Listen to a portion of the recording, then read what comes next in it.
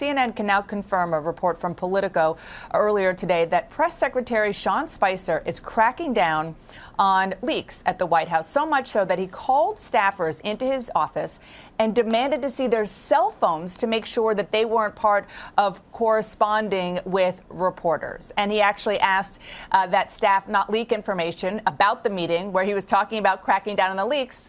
Oops, we hear about it. So I mean, look, I covered the White House, and obviously we talk to sources, all of us, all day long, and hope that their communications aren't being looked at by anybody, especially their bosses. What do you make of this? I'll start with you, Ryan.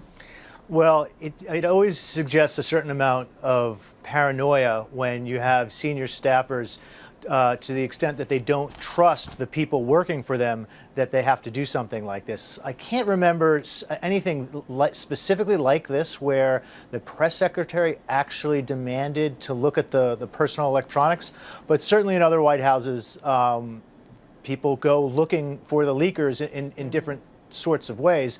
But I think just the big picture here is this is a White House where a certain amount of paranoia has set in because you have multiple power centers. And the leak according to Dylan Byers' piece, it's on CNN.com, he said that Spicer was upset because the new communications director, the name of that new communications director was leaked a week ahead of time. Now, he is a friend and ally of Spicer, so perhaps he saw this leak as somehow undercutting him, right?